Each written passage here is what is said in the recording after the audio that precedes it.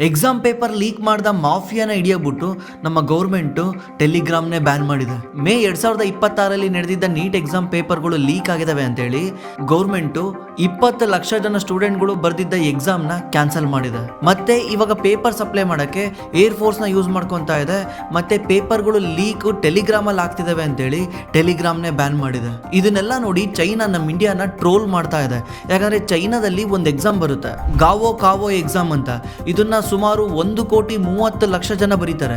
ಈ ಎಕ್ಸಾಮ್ ನ ಚೈನಾ ಯಾವುದೇ ರೀತಿ ಪ್ರಾಬ್ಲಮ್ ಇಲ್ದಲೆ ಕೇವಲ 2 ದಿವಸದಲ್ಲಿ ಸ್ಮೂತ್ ಆಗಿ ಎಕ್ಸಾಮ್ ಮುಗಿಸ್ತೀವಿ, ನೀವು ಈ 20 ಲಕ್ಷ ಜನ ಬರೀತಿರೋ ಎಕ್ಸಾಮ್ ನ ಇಷ್ಟೊಂದು ತಲೆ ಕೆಡಿಸ್ಕೊಂಡು ಮಾಡ್ತಾ ಇದೀರ ಅಂತ ಚೈನಾ ಇಂಡಿಯಾಗೆ ಟ್ರೋಲ್ ಮಾಡ್ತಾ ಇದೆ. ಮತ್ತೆ ಲಾಸ್ಟ್ 7 ವರ್ಷದಲ್ಲಿ ನಮ್ಮ ಇಂಡಿಯಾದಲ್ಲಿ ಸುಮಾರು 70 ಬಾರಿ ಈ ತರ ಪೇಪರ್ ಲೀಕ್ ಆಗಿದಾವೆ. ಇದರಿಂದ ಬರೋಬ್ಬರಿ 1.7 ಕೋಟಿ ಸ್ಟೂಡೆಂಟ್ಗಳಿಗೆ ತೊಂದರೆ ಆಗಿದೆ. ಇವಾಗ ಈ ಎಲ್ಲಾ ಸ್ಟೂಡೆಂಟ್ಗಳು ಈ ಚೈನಾ ಜೊತೆ ಸೇರ್ಕೊಂಡು ನಮ್ಮ ಗೌರ್ಮೆಂಟ್ ನ ಟ್ರೋಲ್ ಮಾಡ್ತಿದಾವೆ.